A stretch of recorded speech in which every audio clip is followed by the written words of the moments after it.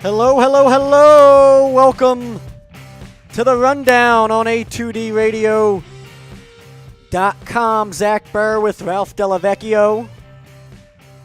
Frank Vespi not with us today. Sean Watson is planting pumpkins at his new house. He sent us pictures and everything. He was nice enough to send us pictures of his beautiful garden, Mr. Delavecchio. Yep. I'm not impressed. I don't care about his pumpkins. You gotta start somewhere, right? I guess.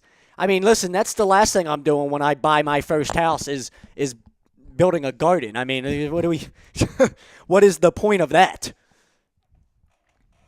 What do we pumpkin? What do you think about tomatoes? Zucchini. Oh yeah, you got cucumbers and pickle. Yeah. I mean, oh my God, this guy. He doesn't. Well, I guess he must not want to buy food or something. He's just going to grow it all. That's fine. That's the easy way to go. I guess. He's, we've known Sean. Yeah, he's his own person. He's a little bit of a character. Maybe he's hoping if he grows all the stuff, Trish will come back and cook it for him. Christ. Maybe that's his goal. You'll never let that up, huh? Ah, no. Why would I? Today on the Rundown, Mr. Delavecchio and myself will talk NBA Finals. Who will be the Finals MVP? That's easy.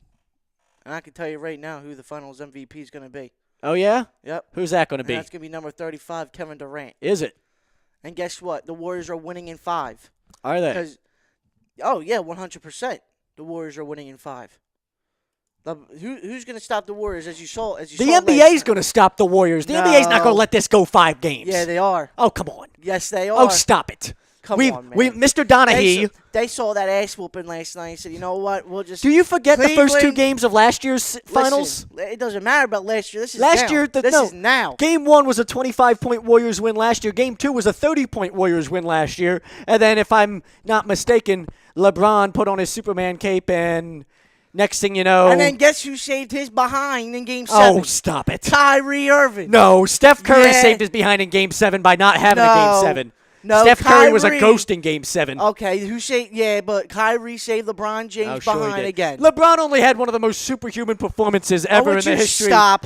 Dude, look at his averages from last year. Okay. You stop it. No, you stop. No, you stop it. Game 7, Kyrie saved LeBron again. Game 7, like they both had Ray Allen saved LeBron and D. Wade and Chris Bosh from getting another ring in Game 6. They both had huge games in Game 7. Stop. Kyrie did have a big Game 7, but it's not like LeBron wasn't unreal in that series. Okay. We just expect LeBron to be unreal and do LeBron things, and that's why you're not giving him any credit. You're a hater. Yeah, I am a hater. Exactly. Yeah. I know. I know a hater 5. when I see it.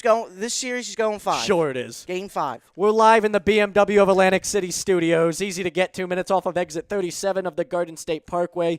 Go to BMWAtlanticCity.com if you've ever wanted the ultimate driving experience. It's closer than you think at BMW of Atlantic City, 6037 on the Black Horse Pike in Egg Harbor Township, 609-568-9200.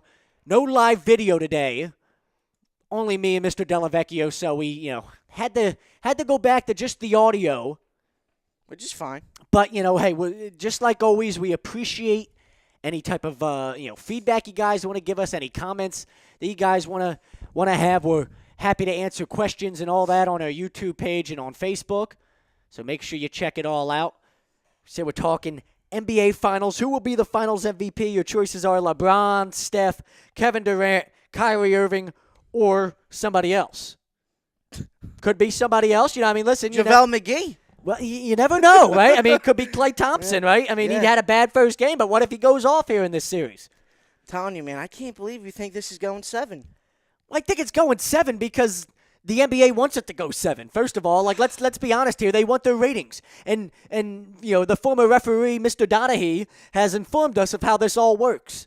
Okay, he's actually Tim Donaghy. He's from the Philly area. He's a local guy, and he was obviously the one that got caught up in that scandal, the cheating scandal, the point shaving scandal, or whatever it was, as an official in the NBA about 10 years ago or so now. I guess it is, maybe a little longer than that.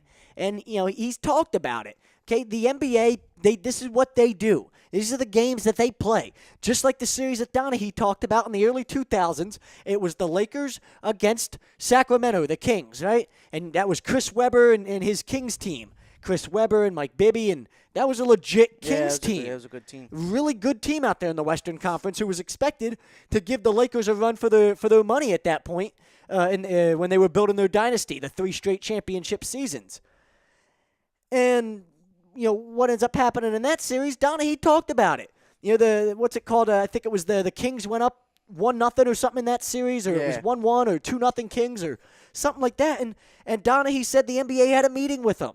Right? And what did he say? Oh, I've told this story in the air multiple times. The NBA had a meeting with the officiating crew of that series and said, listen, we can't be having this.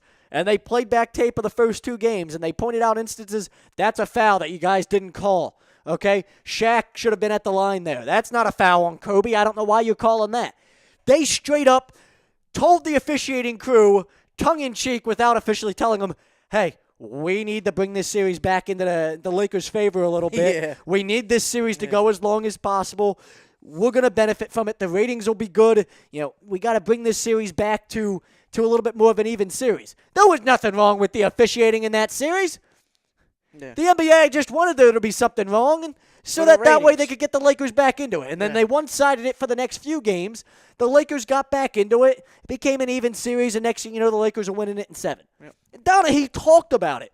He spilled the beans in his book. He went Jose Canseco on it, right? Yeah. Wrote the book about, kind of spill all the secrets about how it all works.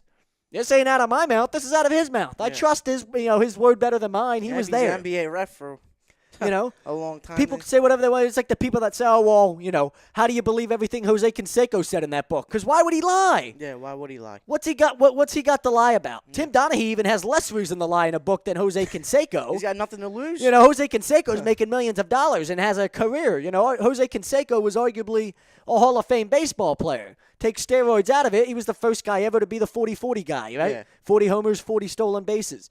There was things Canseco did on the baseball field that, well, I mean, everybody else could do it too because they were all on steroids. But the point is, he was a really good player. Take steroids out of it. Everybody was voting at that time. He was a legit player. He got blackballed out of the game once the steroid issue became so big because baseball needed a fall guy. Yeah. So he became the fall guy. And then he wrote the book, Juiced, and it spilled the beans on everybody and everything.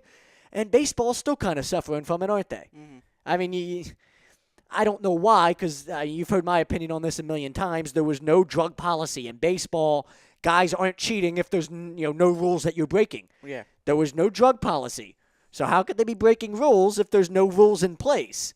They weren't breaking rules, so therefore nobody was cheating. I think we just need to move on and say it was what it was and stop being all bent out of shape about it that, oh, well, Bonds isn't the true home run king because of this and that.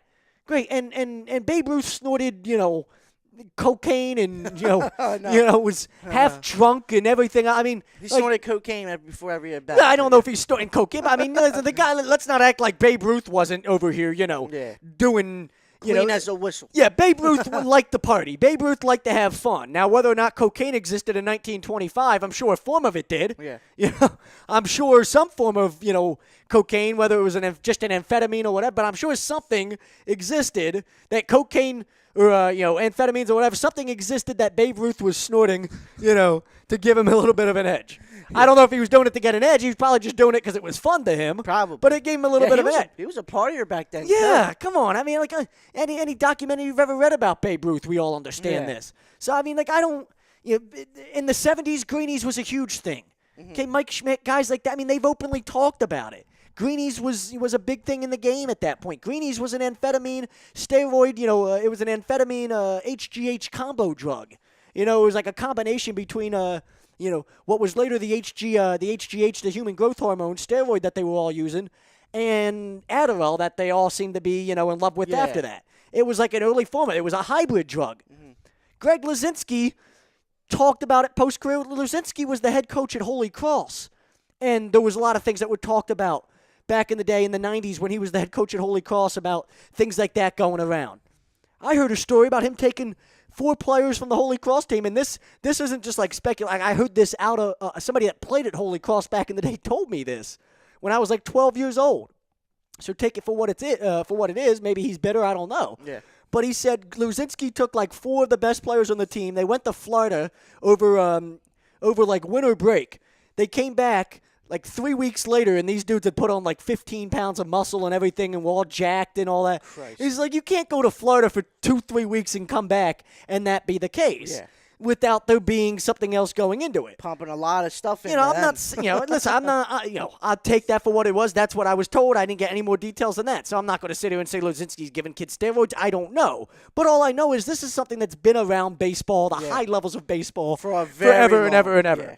And it was well before it became such a rampant thing in the late 80s and into the 90s. Yeah. So I look at it as just, it is what it is. Too many people have gotten bent out of shape about it. Baseball is now suffering a little bit.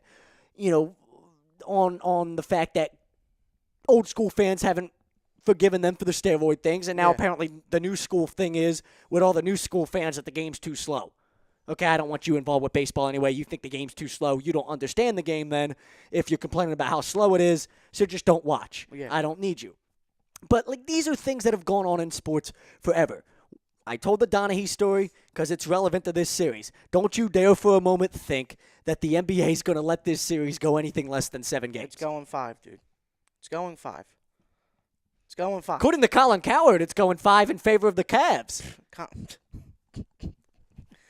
Hey, listen, you like Colin Cowherd. I love Colin Cowherd. You think Colin Cowherd's the real deal. I love him. Now, Colin Cowherd is one of the best in the business. He's a LeBron lover, though, man. If you watch any of his shows every day, and me and my buddy has called on to this, every day he talks about, is LeBron better than Jordan? Every single day on his show. That's going to create debate. And Colin Cowherd's not somebody that argues with people. He's not somebody. No, I know. He's not a Josh Innes. He listens to you, bro. He's not a Skip Bayless. He's not one of these guys he's not trying to run a debate show. Yeah. He is, for what he does, for what his format is, he's probably the best at that. Yeah. Okay, as far as being able to educate people, build a relationship with listeners and all that, he's probably the best at that.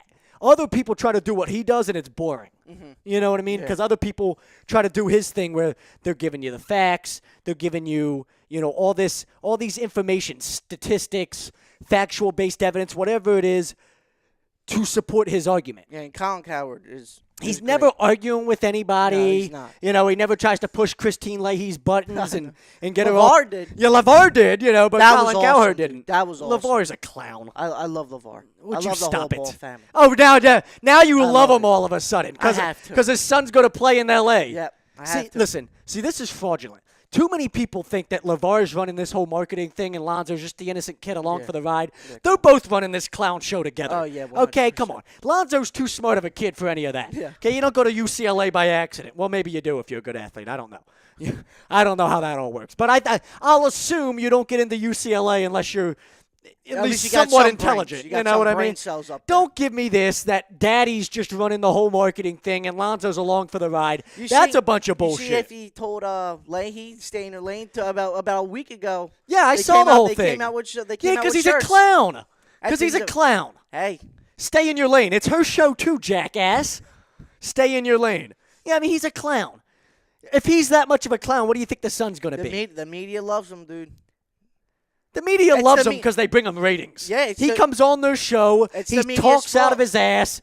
You could have just let him disappear if the media just don't keep on. If the media didn't ask him to come on the shows, he'd go away. Oh yeah, 100%. But he's a circus, and the circus, just like any circus ever in the history of circuses, the circus is fun, right? Yeah. People go and watch a circus. They want to watch a clown show. They want to watch that. It's fun to see a circus. LeVar Ball, he's running a circus. It's the Ball family circus. Yeah. Okay? And Lonzo's just as much a part of it as LeVar is. I think people are trying to fool themselves into believing that it's LeVar that's the problem and Lonzo's not just as much of an issue. They're running this whole thing together. Okay, and then the other brother, LaMelo, the younger brother, I think he's going to be more of a clown than the dad and Lonzo put together. Oh, my God.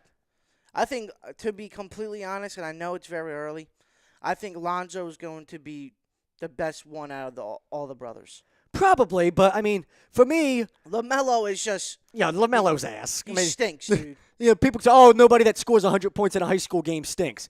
Well, when you take the amount of volumes of shots that he takes, I know. That's going to be the case. I mean, this kid went 4 for 28 recently in an AAU game. Yeah, The stupid shots. And they got blown out by 50. Well, they played the Compton Magic, which is a top AAU program in the country.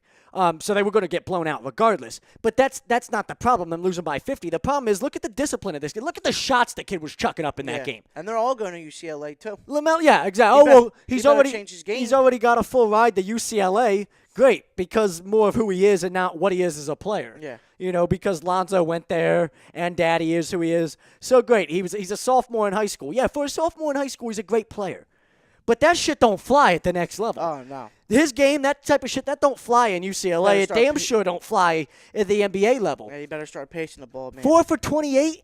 And it's one thing to just be cold, like Steph was cold last year in Game 7 of the final. It's one thing to be cold. It's another thing to just take bad shots. Yeah. And this kid does nothing but take bad shots. That's how he went 4 for 28. You know the game I'm talking about. You saw the highlights to it. There's some ugly shots. He clanked he chucked up a three. It went off the top of the backboard. Yeah. The kid just pulls up from anywhere. He pulled up from like 30 feet away and clanked one off the side of the backboard. Wasn't even close. Yeah. I thought I was watching a rec game again. Yeah, I think Lonzo's going to be the best one out of the Ball brothers, 100%. But see, this is the way I look at Lonzo. I think Lonzo's being overhyped because I think Lonzo could be a good player. I don't think Lonzo's ever going to be anything special. I don't think he's ever going to be a superstar in this league. He makes his team better, though. You got to give him that. He might be Rondo at best. Was but Rondo ever a superstar? Yeah, but he was Rondo probably couldn't borderline. Shoot. Yeah, but Rondo. Neither can Lonzo. Lonzo can shoot. Oh, stop it. Lonzo can shoot. Did you see the sports science thing they did on his jump shot? Yeah, I see. It is terrible. Now, it wouldn't be a problem if he was open-minded to letting NBA coaches and NBA talent guys work with him to make it better. But let's be honest. Do you really trust this kid to be open-minded to any type of NBA coaching? Because I don't, and I just think you're trying to be optimistic as a Lakers fan if you say he does. Oh, yeah, I think he can be coached. Do you honestly believe that, or is that just the Lakers fan and you hoping he can be coached? I mean, honestly, dude, I hope he can be coached. You hope he can be coached. Yeah. I don't trust at all this kid can be coached. Why would I trust he can be coached when he's been doing the same thing his whole life because of who Daddy is? Yeah. Daddy's been his coach his whole life. Yeah. Maybe some things changed a little bit when he got to UCLA. I would hope, that he wasn't LaMelo back in the day just chucking up shit from anywhere. Mm-hmm. But I'm assuming he was probably a little bit more of an undisciplined player back when he was just being coached with Daddy because we see LaMelo like that. And then maybe that, got improved on when he got to UCLA. But one thing that didn't get improved on was his jump shot. That's ass. Come on. And I don't care what level of basketball we're talking about. That is not good jump shot form. He just needs to speed it up just a little. He needs to speed it up or just change it just a little bit to get that quicker release. Well, it's not. Because it takes a while from him because he catches the ball in his chest and he swings it up. Yeah, well, see, the sports. It's not like he's going right up with it. The sports science thing I saw actually said that he's not really losing time with the release, which is shocking. Somehow he's still getting the ball away in a good enough amount of time where that's not going to hurt him in the NBA. But the one thing that was talked about heavy was his release is really low. Yeah. He's got a really low release. And then he's got that funky circle motion before he gets to that release angle. Yeah, he brings it up and then he lets it go. And it's more of the angle of his release that's the problem. Mm-hmm. At that angle of release, I mean, NBA defenders, you saw De'Aaron Fox shut him down in the Final Four. And De'Aaron Fox is a guy that's a legit NBA defender. There's a reason he could be the third pick in the draft for the Sixers. There's a lot of talk that the Sixers could take Fox at 3. Uh-huh. That's because he's a legit NBA defender. Yeah. You'll take a guy that already has a legit NBA skill, something that he can do at a legit NBA level. De'Aaron Fox can straight up defend at the NBA level already. Yeah. Maybe the offensive game's a little inconsistent. Great, you can work with that.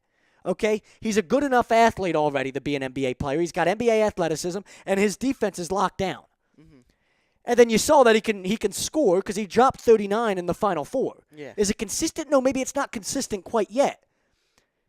But what he does is he's an NBA-level defender. Lonzo got shut down by him in the Final Four, which makes me question, okay, unless Lonzo wants to be open-minded to change things that are going to need to be changed about his offensive game, I don't know if he can ever score consistently at the NBA level. He has been saying that one of his weaknesses is he needs to get stronger. He needs to get stronger, put some meat up on his bones. He needs to work on his mid-range a little bit is what he was saying. Getting stronger is one thing, okay? Kevin Durant has gotten stronger since coming into the Yeah. league. J.J. Redick has gotten a lot stronger since coming into the league. J.J. Redick was a string bean coming out of Yeah, Duke. he was. J.J. Redick's better now than he was 10 years ago coming out of Duke. Yeah. His defense has improved. You know, J.J. Redick's an underrated player on that end, right? He's worked hard to improve those things. It can be done. You can come into the NBA and improve on something if you're willing to be that guy that works with NBA talent coaches, you know, the NBA coaches, the NBA talent evaluators, the guys that are going to say, hey, this is what we need you to do differently now that you're at the NBA level. Yeah. You can do that.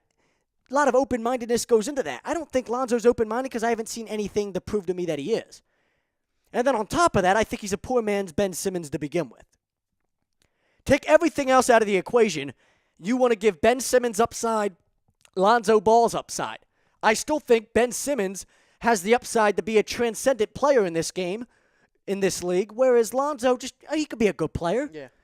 You know, which is why I said I'm not taking him, even if he's on the board for the Sixers. I don't take him at 3 because I already have a better version of him in Ben Simmons. Yeah. You know, what can he do that Ben Simmons can't? Ben Simmons is bigger and stronger than Lonzo Ball is. Ben Simmons makes everybody on the floor better, just like Lonzo Ball does, if not better at it than Lonzo is at the moment, because of the fact that him being 6'10" and all that helps with all that. The court vision, the fact that he can be a stretch 4, or not a stretch 4, a stretch 3, you know, play the point forward position that is now coming to be known in the NBA. Lonzo's a straight-up point guard. Simmons is kind of one of those things we talk about with the NBA now. It could be a positionless league. Just have guys with skill sets, right? Yeah. You don't need to label them as a position. Yeah. Simmons will be the point guard on offense. Yeah, but then he'll come Defensively, back. he'll rotate over onto the 3 And or that's somebody when you like bring that. De'Aaron Fox on the point guard position. Yeah. You know, I want Malik Monk personally at 3. I don't think they're good. Right now, it looks like Monk is rated as the 6th or 7th pick in the draft. That can all change once you get the NBA Combine. You know, the NBA Combines and the NBA workouts and stuff for these prospects. I think Monk is the best scorer of Josh Jackson, of De'Aaron Fox, Jonathan Isaac, Jason Tatum. I think Malik Monk is the best scorer. Somebody said, oh, well, he's only 6'3". He's kind of undersized for a point guard. Yeah, John Wall's only 6'3". Kemba Walker's only 6'3". Yeah. That's what he is for me. Listen, I think he's Kemba Walker and John Wall put together. That's what he reminds me of. I hate when people bring up the stats. Well, he's only 6'2". He's only 6'3". Yeah, he scored 20 a game as a freshman. He's undersized for a point guard. Listen, it doesn't matter how tall you are. If you can come out and ball out every single night, I'll take that. Yeah, he's undersized. It's not like he's Nate Robinson. You know what I mean? Yeah. It's not like he's AI. You know, he's 6'3". Oh, It's not like man. he's Isaiah Thomas, 5'7". You know what I mean? Right, exactly. He's It's not like he's 6'3". Isaiah Thomas. It's not like he's Nate Robinson or Allen How much Iverson. taller do you want as a point guard? You know, okay, so he's you want 6'3". a 6'7" point guard? Yeah, okay, he could be a couple inches taller. Good. If he was 6'5" instead of 6'3", we wouldn't be having this conversation. But I think, what he does is perfect for this team, the way he scores. Yeah. It's not about how you score. It's just about scoring. He's a pure scorer. He's too. a pure scorer. Yeah. You don't have to just be a three-point guy. It's about scoring the basketball in any way possible. And Malik Monk is probably the best out of those names that I mentioned who will be there at 3. He fits well with Ben Simmons and with Now, would you Embiid be and all mad- that. Would you be a little bit mad if they took De'Aaron over Malik? No, I'm not going to be mad if they take De'Aaron Fox or Josh Jackson. I'm not going to be mad at either one of those picks. I'll be mad if they take Jonathan Isaac or Jason Tatum over Malik Monk. But I won't be mad. If it's Monk, Jackson, or Fox, I'll be happy with any of those 3. Personally, I would pick Monk probably slightly over the other 2. But, these Lakers fans that are excited about Lonzo, I think we already have a better version of him and Ben Simmons here in Philly. So I'm just not excited about Lonzo the way you are. We'll see how all this plays out. First of all, how do you keep LeVar out of the building? Because if Lonzo's playing for the Lakers, LeVar's sitting courtside. You know he is. He doesn't sit courtside. He's going to be Jack Nicholson sitting courtside. He's not going to be sitting. Who's going to stop him? He's not going to be Magic? He'll tell Magic to stay in his lane, just like he did Christine Leahy. Like, Magic, all you do is own the team. Go stay in your lane. Listen, if he does that, you know how quick Lonzo will be out the door? You know how quick he will be out the door? Will he? Yeah, 100%. See, but this is my whole point. I want nothing to do with that whole circus. I don't want anything to do with having to prevent LeVar from sitting courtside. Even if Magic can make that happen where LeVar's not allowed in the building. Great. I don't want anything to do with that, though, if I'm a Lakers fan. Why would you want anything to do with that at all, period? I just see Lonzo as a good basketball player. He makes everybody better around him. But is he enough of a superstar to be that? He can get there. He can get there. So you think his upside is enough where he could be that guy for the Lakers? 100%. He's the everything guy. He's the guy that's the franchise player that you build that team around. D'Angelo Russell is not a point guard. He's a shooting Well, guard. D'Angelo Russell stinks. And you saw that last year. He's not a point guard. He's a shooting guard. You know, D'Angelo Russell was a waste of a second overall pick for the Lakers. He stinks. Yeah. And he's a narc. Yeah. Send him away. I wouldn't mind. I like Nick Young more than him. I wouldn't mind trading him to Indiana for Paul George, to be completely honest with you at this point. First of all, Nick Young's a good name to bring up here. Swaggy P. Lonzo, Swaggy P, and LeVar. All in the same building at once. That's too much. That's too many clowns for one basketball team. That really is. Think about it. Nick Young is a freaking clown. He's a clown, right? He's a big clown. Okay? Christ. Now you're going to bring LeVar in, who runs the circus. The circus is in town, and you got the biggest clown in the NBA, Swaggy P, right there with the ringleader, LeVar Ball, sitting courtside. It's going to be fun to watch. No, it's not. It's going to be a disaster. I'm glad I'm not a Lakers fan. I'm laughing at your pain. Ah, ha, ha, ha, ha, ha. That's how I feel. We're making the playoffs this year, too. Oh, stop it. Stop it. So who's your finals MVP again? Would be Kevin Durant. Kevin Durant? Yeah. He's well on his way after Game 1 performance last night. I'm just sitting there watching. I'm like, this man is hungry, man. He wants it bad, and you can tell he wants it bad. Him and Steph, they took over that game. Yeah. And I think it's unbelievable. I think Steph Curry has a little something to prove because he's heard all of the talk about his poor Game 7 from a year ago. Yeah. You know, that turnover, that behind the back turnover. And then, in Game 6, he wasn't that good last year either. Yeah. Matter of fact, he got thrown out of that game. He got ejected. Yeah, he threw the mouthpiece. Yeah, I loved it. Yeah. I loved it. I mean, that was just people complain about Steph Curry too much and stuff. Gamer, there's things they don't like about him. Like, I think that proved his competitiveness right there. Yeah, I love Stephen Curry. He didn't like the call, so he threw the mouthpiece at the official, got ejected from the game. Like, that's what it's all about right there. I wouldn't be surprised if he takes over this series at some point and it becomes the Steph Curry show. So I might make Steph my pick for MVP of the series. But it's just. But you think it goes 5 games? I'm convinced it's going no less than 6. It's going to go at least 6. I think it goes 7 though. Yeah, that's where I'm about to be, around 5 or 6. But I can see 5 though, 100% 5. I mean, how can you stop them? I'm being dead serious. How can you stop them? Because if Clay's not hitting his shots, well, guess who is? You saw it last night. If Clay's not hitting, you got Kevin Durant hitting. You got Stephen Curry hitting. Draymond's cleaning up on the boards. I mean, KD dropped 38 like it was nothing. Steph's out here pulling up from half court, draining them. Yeah, draining. Not only pulling up from half court, but draining them. And then he almost hit the half court. He did almost at half time. Yeah, at half That's time. unbelievable. Dude, he makes it look so and then easy. I love how LeBron tried to channel his inner Steph Curry, and he started pulling up from like 35 feet. Yeah, and he's bricking him off the side of the iron and shit. You know he gave up after that, dude. Well, LeBron always gives up. This is LeBron. Listen, if LeBron's just like down he started by whining. If LeBron's down by 15, he's done. Just like and he started whining. His whole entire career. He hacked the shit out of Draymond Green on that one play in the third I quarter. love it. And then he's complaining, oh, well, he grabbed my arm. Dude, Draymond just bullied the shit out of you. He just bullied you in the paint and drew a foul on you. There was nothing but contact. Like, that's a foul 10 times out of 10 on LeBron. I don't care what Draymond did to wrap his arm in there on you and create the foul. That's a foul. I love this because I telling all don't my let buddies, him bully you next telling all time. my buddies, if you watch LeBron's game, if he goes up for a layup, his automatically after he lets go of that layup, he turns to the ref to see if there's a foul. Oh yeah. He always has to bitch about there not being a foul. If he makes it, here's the thing though, if he makes it, he doesn't say one word. But if he misses it, he goes berserk, asking where the foul was, running up the court. Just get back. No, he always thinks he gets fouled. Absolutely. Get back. But just like we talked about, with when he got elbowed in the back of the neck, like very, very, like it was like the slightest of elbows ever. It was a freaking breeze to the back of the neck, and he fell down. Like he got sniped from the top raft. Right. Man. When that all happened. Like we made it clear, like that's the one reason why LeBron, no matter what he does for the rest of his career from this point forward, he will never, ever be Michael Jordan or have that level of respect because of those types of things. It's not what he does on the court.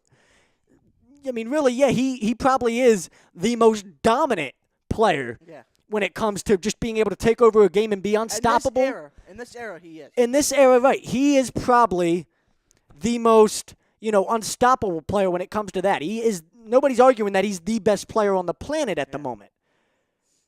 But the one thing that holds him back from ever being to Michael Jordan's level is the fact that he whines, complains, the foul calls, the things like that. Flopping, everything. The flopping, right. Those are the flopping is a big deal too, yeah. I mean, those are all the things that hold him back. And I'll tell you this. If he loses his finals, which I think he does, you think the Warriors? Yeah, I just think the Warriors are too good. If he loses his finals, the GOAT conversation, the comparison with him and Michael, go out the window. No more. Do not bring up him and Michael ever again, who have a 3 and a 5, who have 3 wins and 5 losses in the NBA Finals. Do never ever bring him up in a conversation with the GOAT ever again. I think that's how it should be. I mean, it's you can't compare it no more. Well, but you got people like Colin Cowherd and my boy Nick Wright, who works for Fox Sports I hate 1. Nick Wright. Listen, I think Nick Wright's spot I'll on. Smack Nick Wright up in his upper lip. See, a lot of people don't like Nick Wright because he's, people call him, he's short, he's tiny. I think Nick Wright's spot on with most of his takes. He really is. Nick Wright is educated. He went to Syracuse. He's a smart guy. There's a reason Colin brought him in. Yeah. Colin was the big reason why Nick Wright got hired by Fox Sports 1. Him and Chris Carter got a show now. Right, they're about to have a new show. Yeah. I think Nick Wright's spot on, but just like Colin, Nick Wright is a LeBron dick sucker. Oh, dude, if there was a tub full of LeBron James, I would dive head first, man. Yeah, Nick Wright loves him. Truth. And he says, he's like, he is, he's the closest thing to Michael since Michael. He even thinks he's better than Michael. Maybe in some ways LeBron is more dominant, but there's things about LeBron's personality as a player that holds him back. That's why, to me, Kobe Bryant's closer to Michael than LeBron can ever be because of the attitude side of things. Kobe and Michael are the 2 greatest winners the game's ever seen. Mm-hmm. The 2 greatest winners the game's ever seen. Yeah, 100%. Like as far as their will to just, they refuse to lose when it's time to win.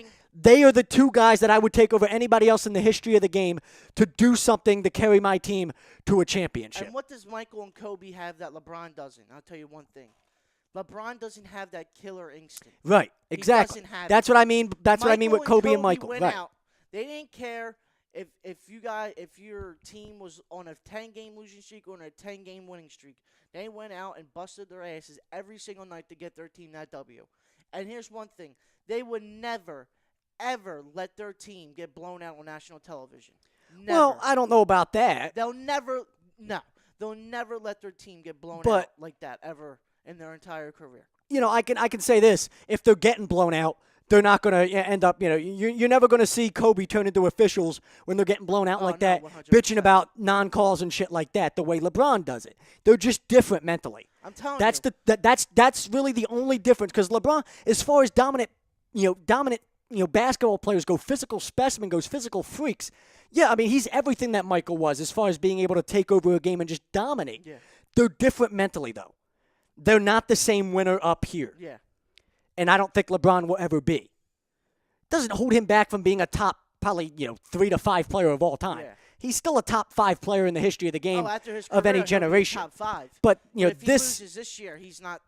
It's the mental side of things that holds him back from being at Michael's level. Yeah, throw the comparisons out. If he so you've got Durant as the MVP, as the Finals MVP. I've got Steph Curry. One of our commenters on YouTube agrees with you. David Roska says he thinks it's Kevin Durant that should be the Finals MVP, or that will be, I guess, the Finals MVP. We're going to go to commercial. This is the Rundown, A2DRadio.com. We'll come back, talk more about the NBA Finals. We'll talk about the Cavs Warriors and if it's becoming one of the all-time great sports rivalries. 3rd straight year of this now being the NBA Finals matchup. I think we maybe have to start having that conversation. Yeah. Because you're talking about the 3rd straight year, and you've got, it's not like it's just been the same team for all 3 straight years. Kevin Durant's now in the picture. There's things about each of these 3 years that have been different. Yeah. So I want to talk about that because I think it is becoming one of those all-time great sports rivalries. We'll also talk about the Stanley Cup Playoffs. We'll debate whether Nashville can come back from this 2-0 series deficit they now face themselves in. I heard something today that the Nashville's not committed to Pekka Rinne for Game 3. I think that'd be a huge mistake. Yeah. You can't just walk away because of 2 bad games. The guy's one of the best goalies in hockey. If he's not starting Game 3, pack it up. It's Pittsburgh series.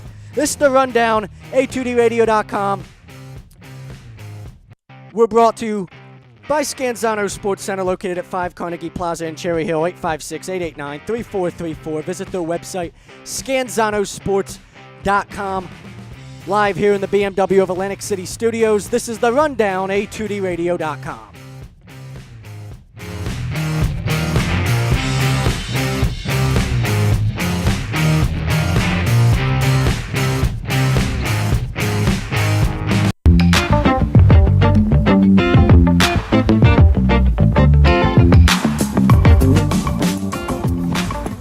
A2DRadio.com is sponsored by The Sports Outlet for all your sporting needs. Located 703 Black Horse Pike in Glendora, New Jersey. Give them a call at 856-939-2030 or email them at sportsoutletnj@comcast.net or visit them on the web at www.sportsoutletinc.com for all your sporting needs. The Sports Outlet.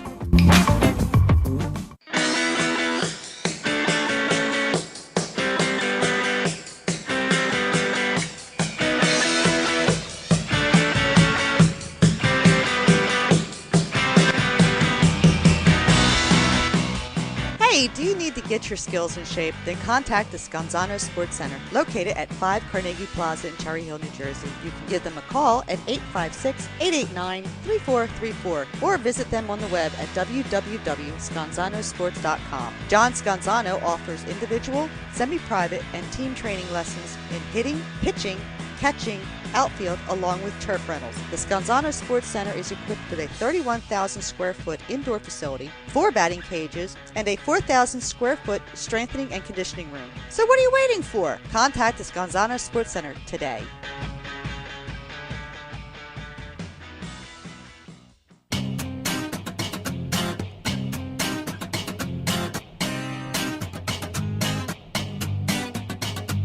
A2DRadio.com is proudly sponsored by Gibson Mayer LLC Certified Public Accountants. Gibson Mayer, located in Yardley, PA, is a leading accounting and business consulting firm with a proven track record of handling critical issues with expertise across many different industries, including construction, distribution, hospitality, manufacturing, real estate, service trades, merchandising, professional services, and professional athletes.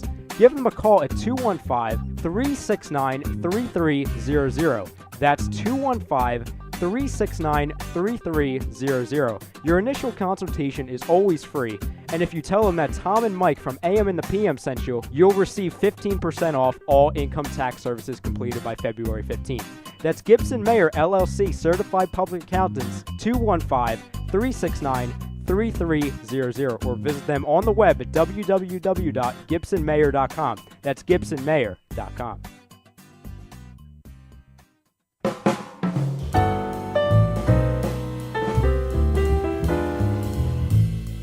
Fellas, you ever come in from that baseball or football game and your woman won't come near you because you stink beyond belief? Then you need Soap Stash. You should never settle for a generic hygiene product that only covers up the stench. Treat your skin with the best nutrients. Feel clean with the only soap you'll need. The highest grade carrier oils are ingrained in all of their products, which are 100% natural and terrific for your skin.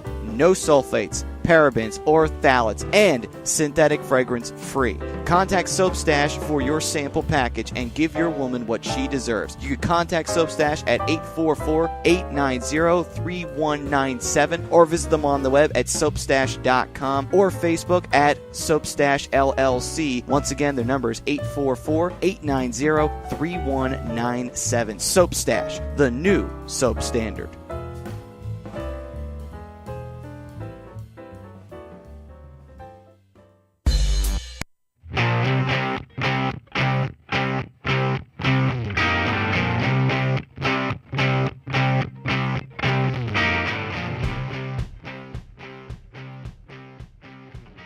Back on the rundown, a2dradio.com. Zach Burr with Ralph Delavecchio talking NBA Finals.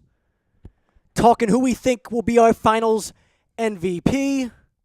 He goes Kevin Durant. Yeah, 100% Kevin Durant. I think Steph Curry's going to have a big series. Rebound from a bad game 6 and 7 last year. He's going to be my MVP. Tommy, I know you think the Cavs win in you've got them winning in 7, right? So what does that make LeBron your MVP? Since Tommy's in the room at the moment. Dude, you can't. It's hard.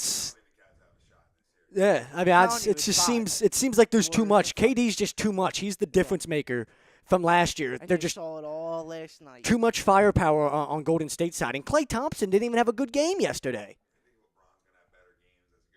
Yeah.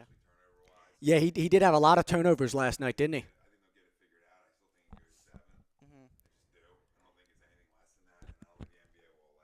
See, that's why I'm in agreement. That's why I think it goes 7 regardless. Ralph says he thinks Golden State in 5. I just don't see the NBA allowing that to happen. I think Cleveland's got to win 2 games. Yeah. Just by accident. Yeah, LeBron's the best player in the world, so at some point he's going to put them on their back. That's why I think it goes 7. I'll still say the Cavs in 7 just so I don't waver. But Right, because that's what you picked. last year, game 1, they were getting blown out, but they showed some toughness up. Yeah. They battled back. They actually took the lead in that game, ended up losing it. Not They showed some not last night. Right. They fucking laid I'm telling you. But- Last night, LeBron was down by 15 and just Yeah. Yeah, it's a Tristan Thompson, hey. got it pregnant. Yeah, oh, Jesus. Oh, yeah, I mean, good. Why we get... It's done. He should have took a page off of Bruce and cut his own dick. Yeah, I know. Why are we getting a Kardashian pregnant? I mean, seriously. It's bad news. It's one dude. thing to date a Kardashian, like, I get it. The Kardashians are fun. They got a lot of money. They live a high glamour life. I get it. James Harden likes to have fun. We know this. There's a reason when he shits the bed in game 7 or 6 or whatever it was of the playoffs, he's out at the club an hour later. We get it. Okay, I gotcha. But, like, you're Tristan Thompson. You're James Harden. I don't need to smash the Kardashian chick on the side, too. You know what I mean? Like, I can go have fun with her and then be smashing a different bitch, right? Like, why do I got to smash a Kardashian? Now he's stuck for life. And come on, your pull-out sucks. game ain't strong? Come on, Tristan. That sucks. Come on. Well, Antonio Cromartie's pull-out game. Yeah, well, his pull-out game doesn't exist, right? He might have a hard time trouble getting out of the driveway too. How's your pull-out game, Ralph? It's all right. You got a good pull-out game? Every man needs to have a good pull-out game. Yeah. There's going to be a time when you need it. Yeah. Yeah, the condom might break, might come off, there's people with, who, they don't necessarily have what they need between their legs, like us normal people, Well, to be nice about it, right? Yeah. If you got what if what's between your legs is good enough, you don't ever have to worry about that condom sliding off or whatever. Yeah. You might have to worry about breaking it. Yeah. Don't have to worry about it sliding off. But, no matter what, as a guy, there's always going to be situations you got to make sure your pull-out game's strong. Yeah. Come on, Tristan. Come on, and every grown man knows that. I can't. The curse lives on. I can't believe he The got her pregnant. Kardashian curse lives on. That man. makes me want to root for Golden State even more in this series. We're getting a Kardashian pregnant. First of all, she's damaged and used goods to begin with. Reggie Bush was actually good, and then Kim Kardashian came in. Come on, even Reggie Bush was smart enough to know not to get Kim pregnant. It's the Kardashian curse, though, dude. And let's be honest, let's not act like Reggie Bush is that smart of a guy. I mean, this is the guy that couldn't keep his escapades, in Southern California under wraps, enough to keep him from them stripping his Heisman Trophy. I mean, really, this is a guy that couldn't keep that type of shit secret enough where they stripped him of his Heisman Trophy and everything else. Yeah. And even he was smart enough to realize, getting her pregnant won't be good. Chris Humphries, well, he always sucked. Well, but that's when it's okay. Okay? When you suck, Right, you if you're the get locked 12th up. man, go ahead and get her pregnant. Yeah. Make yourself relevant. Who cares? You know what I mean? Like, if you're Swaggy P, I know Swaggy P plays a big role for the Lakers. Let's not act like he's a good player, though. I mean, he's decent, I guess. He's overachieved. Is that the good way to put it? Yeah. With the Lakers, Yeah, he's sure. overachieved out there. But Swaggy Not P, expecting him. Swaggy P doesn't need to get a Kardashian pregnant because he dates or was dating what's her name. They broke up now, obviously, from the was scandal it? involving D'Angelo Russell. Oh, Iggy Azalea. Yeah, Iggy Azalea, which, let's be honest. the Kardashian girls and the Jenner girls go to sleep at night dreaming to be as hot as Iggy Azalea. Yeah. So I mean, Swaggy P didn't need to worry about the Kardashians. He had Iggy. That was the key. How about this though? Let's just. I'll bring it back to this, since I called him a clown earlier. Iggy Azalea is sexy as hell. Yeah, she ain't that bad. I don't care how often you are on the road. I know famous people, they're constantly on the road, so this is why famous relationships usually Don't work out. Yeah, either that or there's agreements like, okay, when you're on the road, do your thing, I don't care. You're going to be on the road sleeping with other girls, I'll be on the road sleeping with other guys. If that Open relationship. Right, pretty much. Or, you don't have to label it, just be like, it is the way it is because, we're just on the road so much, it's kind of impossible for it not to work this way. Yeah. But if I'm Swaggy P and there's not an agreement like that, why in the fuck you would ever cheat on Iggy Azalea when you've got that at home? I mean, I'm Swaggy P. I'll fly back on a Saturday night Dude, I don't just to think get some pussy from Iggy, and then I'll fly back, across the country to wherever I need to be to play basketball the next afternoon. I mean, let's be honest here. To be honest, I don't think that dude's got any brain cells to begin with anyway. Have you heard that guy talk? Iggy Azalea is the guy, she's the chick that you cheat on your girlfriend with. Yeah. Like she's the hot bitch that you end up cheating on your girlfriend with. And sorry, I know you're mad about me cheating on you, but how can you blame me? Look at her, really, as a guy, no guy in their right mind would sit here, every guy with a brain in their head, if they had a chance to cheat on their girlfriend with Iggy Azalea, would do it. In a heartbeat. Yeah. Yeah. And then, they wouldn't think twice about it, be like, well, look how hot she is. I'm sorry, don't take it personally, but I mean, that was a once-in-a-lifetime opportunity. And I took that opportunity and ran with it. I mean, yeah, and exactly. Tristan Thompson. I mean, how many other famous celebrities have been with the Kardashians? Yeah, this isn't an opportunity Lamar that's. Odom. Yeah, this is. Lamar Oh, Odom. Yeah. why would you want his sloppy seconds? I know. Really, this is not a once in a lifetime You think opportunity. Tristan got called Lamar a couple times? Probably. Probably got called Reggie Lamar. Oh, Jesus. God. Dude, it's the curse, man. I'm telling you. They're bad news. You want your career to end fast? See, I feel Go like to the Kardashians. right, and see, and I feel like if you're gonna date a Kardashian, date a Jenner because they're only a half Kardashian, and they're not even that. They're technically a step Kardashian, aren't they? I mean, Something really, like that. yeah, they're the stepsisters to Kim and Chloe and all Courtney and all them. Freaking irrelevant. Exactly. They're and at least Kylie and Kendall. I mean, they're sexy. I mean, to me, they're much hotter. I mean, Courtney's just fat, and Chloe's annoying looking and annoying sounding and annoying acting and everything else. So the Jenners are at least hot, right? And you ask Tiger about hooking up with that. Okay. Tiger's. It's not like Tiger's career's over, right? I mean, Tiger still has a successful rap career. Right, so He's doing good. maybe the Jenner, maybe the Kylie and Kendall Jenner, that's a little bit different than dating a Kardashian. I don't know. Yeah. All we know is dating a Kardashian's bad news. Bad news. It either That's ruins a road you don't go down. it either ruins your athletic career or it turns you into a girl. In the case of Bruce, it's one or the other. Either your athletic career is over, or you decide to get a sex change operation and become what's his name now? Who? Bruce Jenner's name. Oh, damn. What is Is it? It's not Crystal Jenner. It's Caitlyn. Caitlyn, there you go. Caitlyn. It's Caitlyn. So pretty much being with a Kardashian either makes you, it either puts an end to your athletic career or it turns you into a woman. One of the two. There's no other alternative, apparently. Tristan's like, you know what? How do I end my career very fast? Let me take one out of Reggie. Yeah, Bush's career. maybe he's tired of playing in the NBA. Maybe he's tired of being an NBA player. He shit the bed game one, though. He was like 3 0 for 3. points. He only had 3 points, I think. 0 for 3 from the field, I believe. Yeah. Ah, man. The curse lives on. The Kardashian curse. There it is. But, yeah, I think Kevin Durant is going to be the Finals MVP. I think you have to give it to him. I mean, if he plays, listen, the reason why I say 5 is that, as you saw last night, if they play the way they did last night, the series is going to end very, very fast. Very fast. I mean, how do you stop that team? Well, there's just too much. I mean, seriously, there's too Zach, much. How do you stop them? I mean, KD drives the lane, passes out, Curry hits the three. Do you get sick every time you? How many times did you hear this mentioned on TV in Game 1? Kevin Durant is what Harrison Barnes was to this team a year ago. No, stop it. I don't care what comes after that. You're really going to compare Harrison Barnes and Kevin I understand what they're saying. Like, Harrison Barnes' role on this team last year is now Kevin Durant's role. Yeah. Except Kevin Durant is 10 times the player that Harrison Barnes was. So, like, Barnes was that long, athletic guy that could run up and down the floor, and if you left him open for three, he buried it. So I understand the role comparison.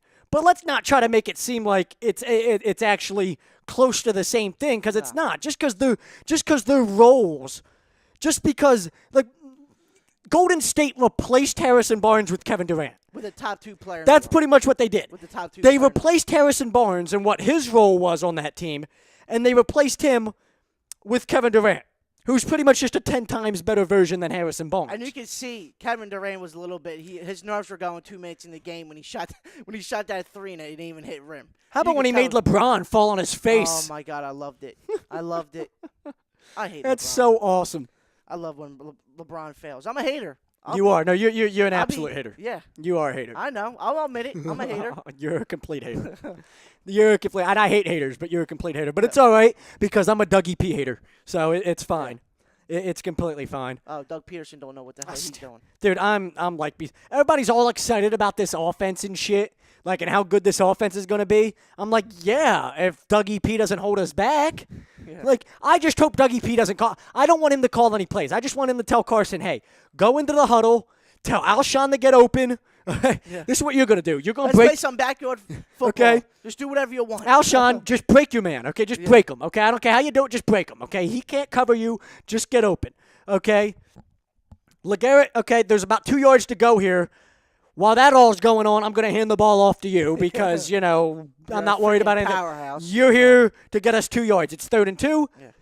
I'm going to lose my mind this year when it's like 4th and 1 or something like that, and we go for it like we did a ton last year, and we don't hand the ball to LeGarrette Blount. Yeah. Like, because you know it's happening. You know it's going to happen. I'll give it 6 weeks. It's going to happen at some point within the first 6 weeks of the season. We're going to have a 4th and short or a 3rd and short. And the play call is going to be just something that we're like, what the fuck was that? Yeah. Like last year when it was 4th and 1 and we handed it off to Nelson Aguilar on the end around. Remember that play in the Giants game? And I think he fumbled that too. No, he didn't extend. He didn't turn up field. Remember, he could have turned up field and got the first down. I'm thinking a different play. He could have turned up field and got the first down and didn't. Mm-hmm. Instead, he got like knocked out of bounds because he didn't turn up field until he got to the sideline. Telling you.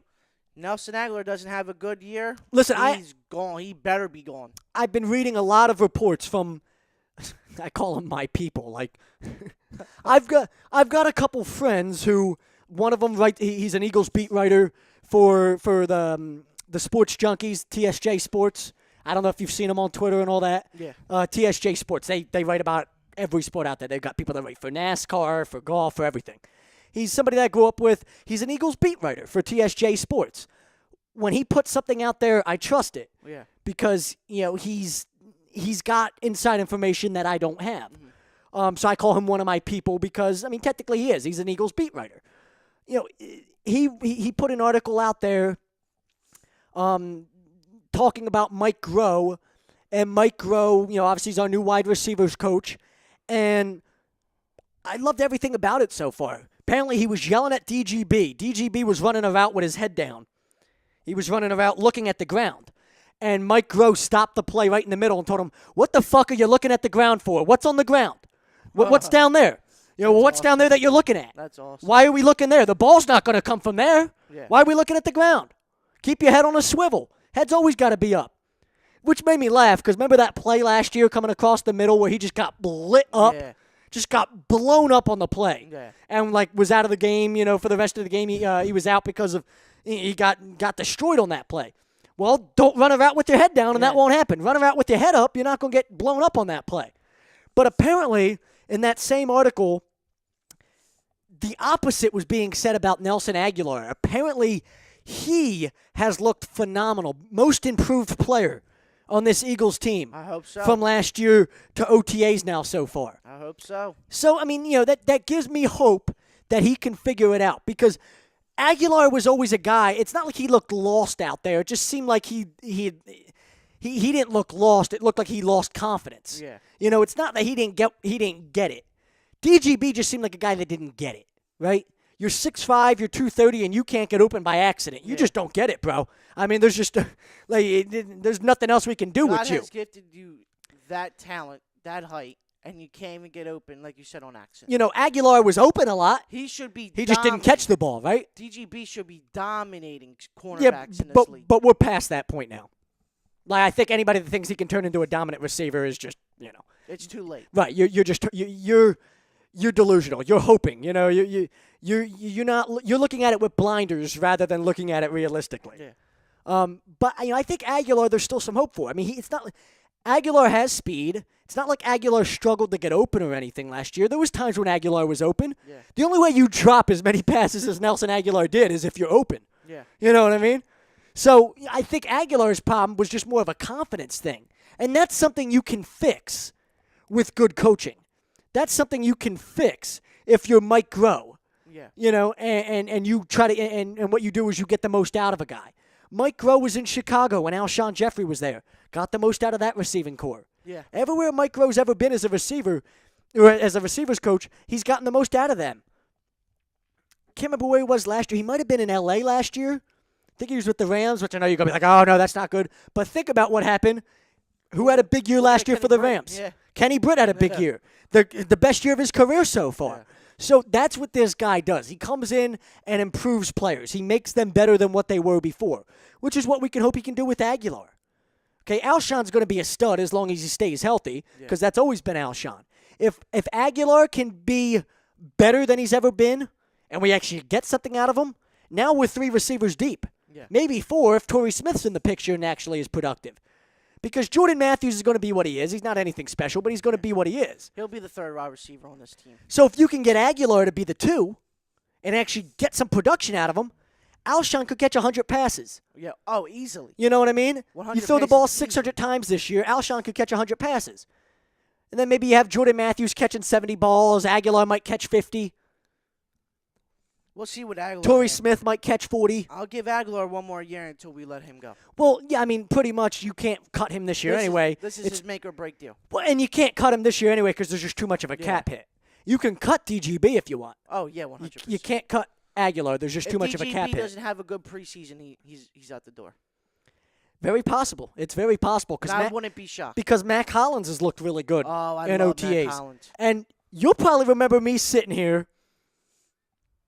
I don't know, February maybe, March, and I mentioned one of my people. I'll put his name out there, Levon Nelson, Lee Nelson. Follow him at Nelson81 on Twitter. He's an Eagles beat writer, wrote for TSJ Sports, contributes to 4th and John. I know you've seen 4th and John. Yeah. You know about 4th and John. He's a contributor to them, but he's an Eagles beat writer. For all intents and purposes, he's an Eagles beat writer. He has inside info that me and you don't have. And he put something out there back in like February about Mac Hollins and how not only did he think he'd be a great fit for the Eagles team and for this team, but he thinks, from what he's heard, that there could be some interest from the Eagles in drafting a guy like that. He's one of those sleeper late round guys that that maybe the Eagles would take a flyer on. Come to draft day. Comes draft day, and what happens? Yeah. Exactly what he said was going to happen Yeah. happened. And I remember talking about it back here in March, talking about Mac Hollins is a guy I would really like late in this draft. I think he could help us. Kareem Hunt was a guy you heard me mention a lot leading up the draft. Another one of my buddy's guys that he wrote about. A guy that carried the ball over 800 times in college at Toledo or wherever the hell he was at. Didn't fumble a single time. Not one fumble in over 800 career carries. That's insane. He actually went a few picks before our 4th round pick, I believe. Yeah. When we took Hollins. Who'd we take in the 4th round? Was it Hollins or I think it was Hollins. Douglas was the 3rd round pick? I think it was Hollins. Whoever was our 4th round pick, Kareem Hunt went about 4 picks before. I think it was Hollins. Let's see. Or was it Pumphrey from out of San Diego State? It was either Hollins or Pumphrey. But either of the two. Hunt was there. Hunt probably would have been on the board, or Hunt probably would have been on our board. Hollins was the fourth round pick. And pick Kareem 118. Right, and Kareem Hunt went like 114 or something, 112, something like that. Or else maybe he would have been in play there. But I think Mac Hollins, Mac Hollins is going to return kicks right away for us. And he's not that bad either. He's actually no, I mean pretty when good. you watch him as a receiver, I mean, you want him to learn how to run routes better and all that. But the guy's a freaky athlete. Do you see that tip drill he did in the corner of the end zone? Yeah, I saw that. Like stuff like that is stuff that you can't teach. Yeah. So I'm really excited about a late round pick like that. DG Beta is a guy to me that I think he's the sixth receiver this year. Yeah. Hollins is ahead of him on the depth chart. So, OTAs have started for the Eagles. We were going to talk about that a little bit later, excuse me. It says here in front of me, Eagles have started OTAs. We'll read some early reports from camp, but obviously we've switched that around. Yeah. We just talked about that now. Not a problem. I'm sure people at home aren't complaining. But let's get back to what we were supposed to be talking about coming out of break, and that's the Cavs-Warriors series. Is this an all-time great sports rivalry now, Ralph? I think it is. And a lot of people are actually comparing this to the Lakers and Celtics rivalry back in the 80s. With the Bulls-Pistons. Yeah, with Magic and Larry Bird. I think that's appropriate. To be honest, I think this is a good for the NBA.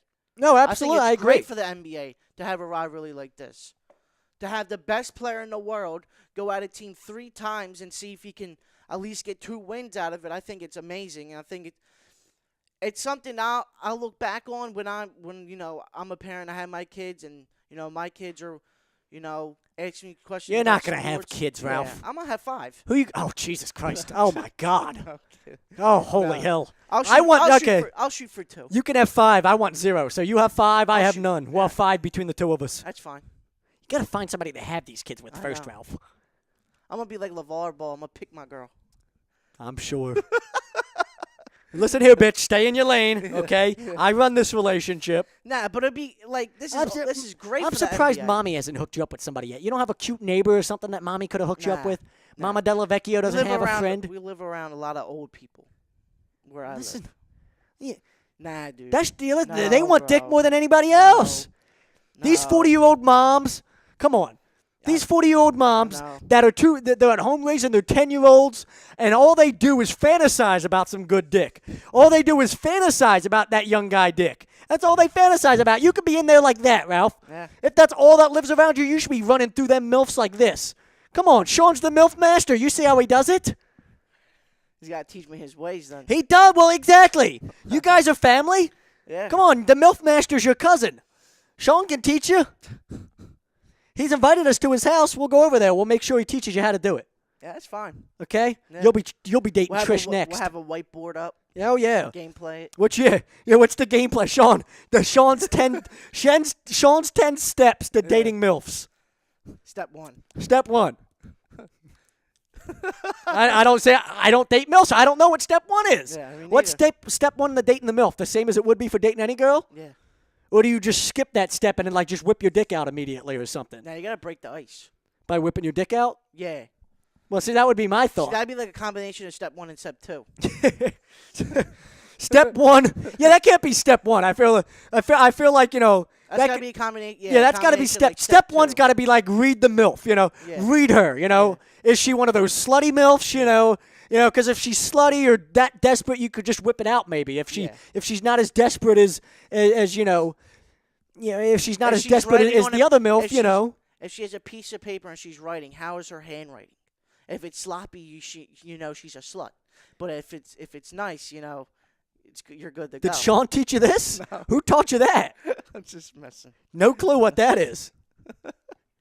No, I'm just messing. No, I think you ever been to the park or to Citizens Bank Park, a baseball game, or a youth sporting event of some kind, and you can always tell, there's always 1 or 2 moms at a youth baseball. I'm an umpire, so I see it all the time. Yeah. You know what I mean? There's always 1 or 2 moms where all you got to do is flash a look at them, and you can just tell look how annoyed she is. Yeah. She did not sign up for this. When she agreed to get married and have kids, this is not what she signed up for. She was thinking CCD and Catholic school.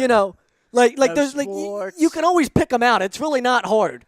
Just like she needs some good dick in her life. Like clearly her and her husband are not getting enough time to themselves to make it happen. Either These that. damn kids ruined my Yeah, life. these damn kids ruined her life. She's got no life anymore, no free time. Her and her husband can't get it on. Maybe her and her husband are divorced, and that's why she's so desperate. Yeah. Who knows? And if they're divorced, now they're really desperate, Yeah. Ralph. Now you're now. Listen, Anything goes. Oh yeah, exactly. Forget the Anything steps. goes. Exactly. The steps go out the window. Yeah, we got we no longer have to follow the steps. You create your own steps. Oh, this is what I love it. This is what me and you get into. If Sean was here, he'd just be like, I can't believe we're talking about this right now. Are we serious? This is what we're talking about? Yeah, this is what we're talking about. What else is there to talk about? Like, for example, it's Steph Curry's, Don't let his wife divorce. I mean, 'cause seriously, right? Like Steph Curry's wife. Don't do it, Steph. She's an absolute smoking hot His milf. sister, too. Oh, His sister. His mom is smoking hot. know. Like, seriously. terrible. Like, all right, let's say, okay, we'll use Steph's this as an 0 example. for 3 right now. He's 0 for 3 right now. We'll use this as an example, okay? Like, you talk about all the moms that live near you. Yeah. I mean, come on. You saw Steph Curry's mom last night on TV. Are there any moms that are anything close to that No. that live near you? No. No? No. No moms like that? No. All right, how about I'm half of being that? honest. Are there any 40-year-olds that are half of that? Probably. Okay, so if, what Steph Curry's mom is she's out of our league, right? Yeah. Okay, so if she's out of our league, but there's a 40-year-old that's half of her, I'll take a in swing. your town, right, take a swing at it. Yeah. What the hell you got to lose? Yeah. Want to be the first time I struck out, Well, this won't be the last, Ralph. See, these moms need compliments. All girls need compliments, right? Yeah. All women love compliments. But when it comes down to these moms, see, like, the moms, see, they're down their region has been destroyed by kids and everything else. No matter how hot they are, they don't have the confidence to think that they're this smoking hot piece of ass anymore. They just don't look at it that way. Yeah. So that's where young guys like me and you got to come in and build that confidence back. Day. We've got to save the day and build that confidence back up and make it clear to them, listen, you're just as hot as you were at 25. Yeah. You're no different. As a matter of fact, you're more sexy now because you're mature. Yeah. Right? You're more mature now than you were at 25. That's even sexier. We got to start writing this stuff down. We got to take this out on the streets. Listen, I don't discriminate. Okay? No. The oldest woman I've had sex with was over 30 years old. Now, I didn't know that at the time, but, that was what it Wild was. night, a lot of shots. Listen, it's exactly. Things happen when, there's an old saying, what happens in Vegas stays in Vegas. I wasn't in Vegas, but what happened that night, it stayed, exactly. Stayed at that bar, in that hotel room that night. Wasn't even a hotel room, but, I refuse to give any more details than that. But, that actually, it was easier to get with her than it was to get with the girls my age. Yeah.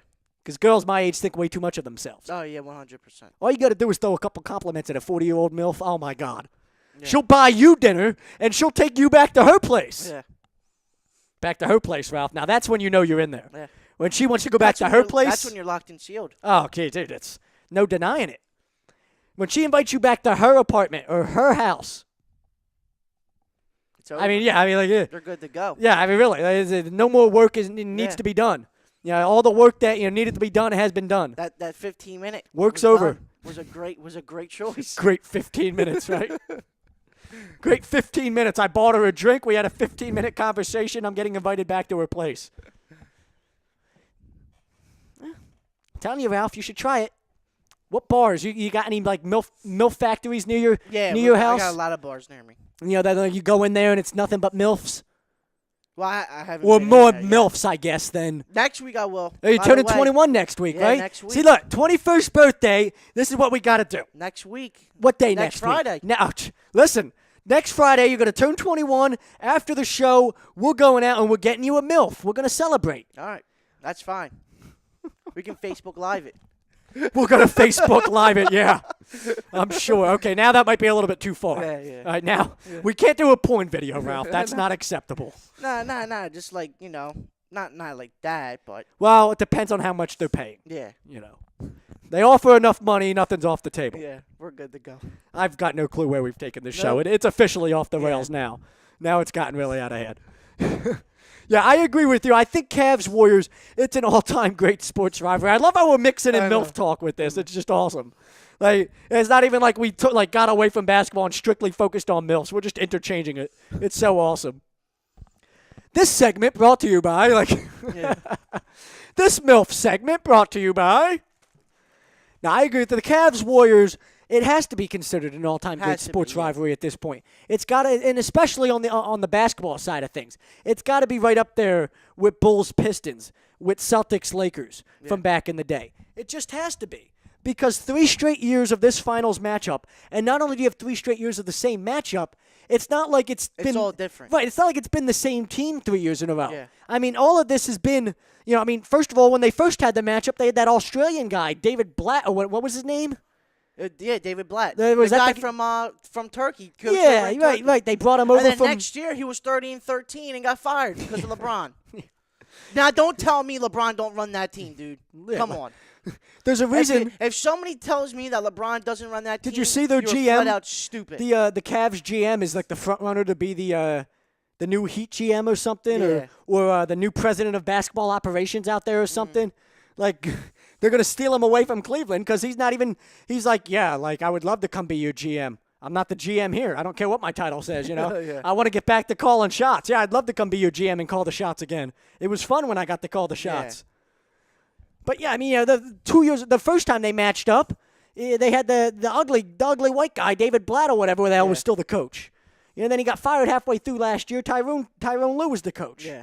Now, Steve Kerr, he's at home recovering from back surgery, and they got, which this is the whole irony of the whole thing, LeBron and Kyrie's old coach, Mike Brown, is now coaching Golden State. Now, they are saying, reports did come out, I saw last night on Twitter, that Steve Kerr might be back for Game 2, but I say he can come back, but I mean, I think Mike Brown should still go ahead and Well, I mean, just roll they'll with probably this end up team. running it together. I mean, let's be honest here. How hard of a coaching job is it really to coach them up? And I think that's why Luke Walton, Mike Brown, and Steve Kerr are overrated as coaches. And you saw it with Luke Walton. They went 24-0. I don't know if Steve Kerr's overrated because, there is something that goes into having all of those superstars on one team, and even before KD got there, to have those types of superstar talent with those types of personalities, they're all different. Steph's, a family man. Yeah. A Christian guy, is family very man. quiet. Clay is, He's quiet. Well, not only that, but he's constantly, he runs a train on every hot bitch he gets. Yeah, we heard his dad talk about Clay is known around the NBA. He's a little bit of a partier, a little bit of a ladies' man. Like, that's his role. He likes to go out and have a good time. Draymond Green's the guy that gets in everybody's head. I know? love, and that's one of the reasons why I want the Warriors to win because, the Michigan State homer that I am, and I want Draymond to get his second ring. He gets in everybody's head. Yeah. He's the guy that plays head games with you. He'll kick you in the balls because he can get away with it because he'll kick you in the balls, and then even if he gets suspended, who cares? He's already won because it's in your head. You're thinking about it, and now you still got to go out and stop 3 of the best players in the world that are still on the same team. Draymond's the perfect role player for that Warriors team because what he does, first of all, now I think he's underrated as a player. Like, Draymond is a fringe superstar. Yeah. Okay, what he does as a player, he's really good. He can give you, 15 and 10 in any given night. He can give you a triple-double, 15, 10, and 10 on any given night. He's a legit defender. He's a legit rebounder.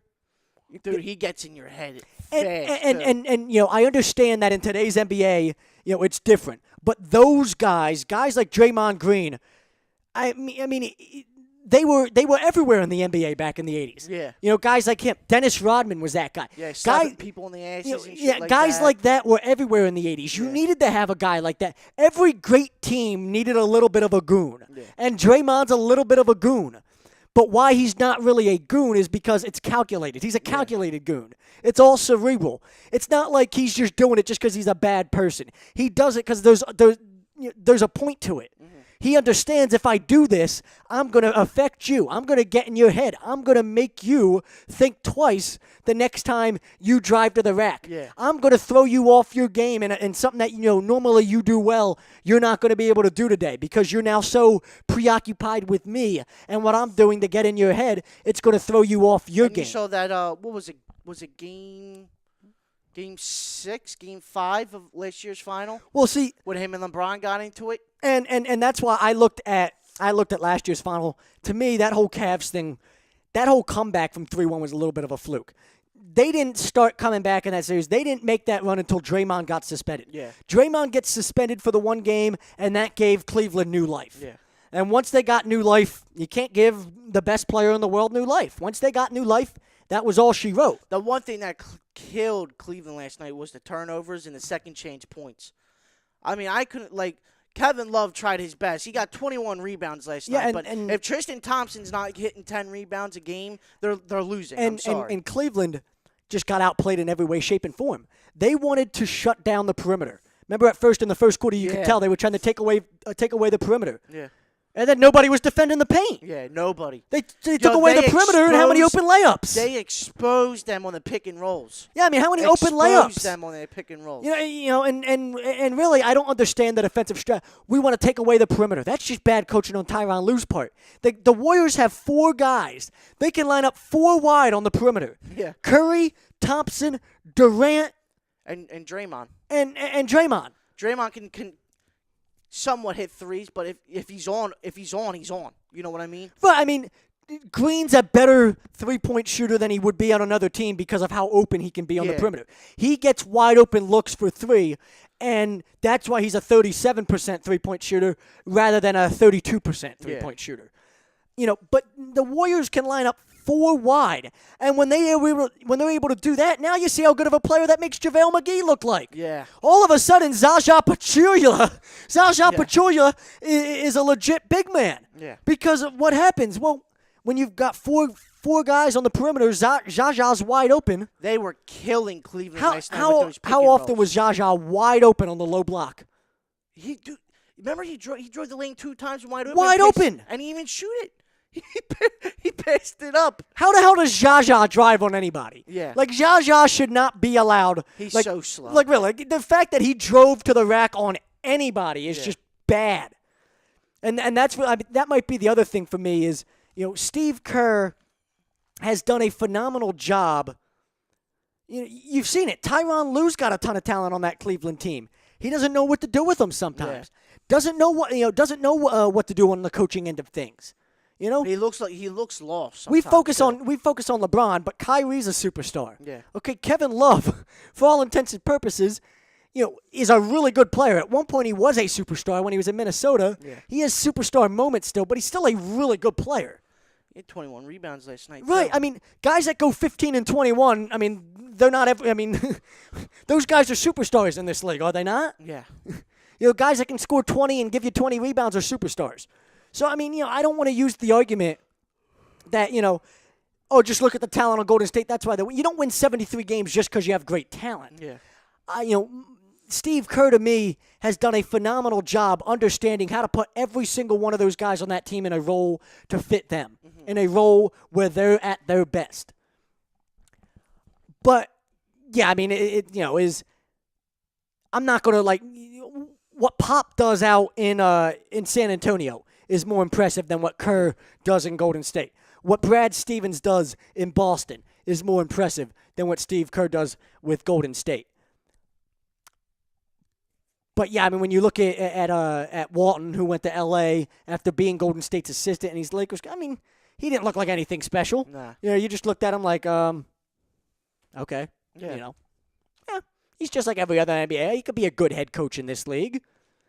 But, I mean, it's not like he walked in and you were blown away by, it wasn't like he was Brad Stevens. It wasn't like he was Popovich right away. I think Steve Kerr's still at the games, isn't he? He's still. Well, I don't know. I think he's been at home because he's been recovering. Yeah. But it does. I mean, if we think he's not involved with the game plans and all that, of course he is. Of course he is. I mean, that's just the way. The way that's going to work. And you know who else is a really good head coach? And we used to use this argument in Miami. Eric Spoelstra is phenomenal with the Heat. He's very underrated. Though. Look at what he did with the Heat this year. Yeah, very underrated. Phenomenal basketball coach. And we used to rip him. We used to rip him and be like, come on, if he didn't have LeBron and Dwayne Wade and Chris Bosh on his team, like, come on, like, really? Yeah. Like, anybody can coach those three. And then they all left, and now you're actually watching him coach. You're like, wow, like, what a phenomenal coaching job He's a very guy's underrated doing. coach. Yeah, he's a good coach. Great coach, actually. Yeah, no, I think he's one of the best head coaches in basketball.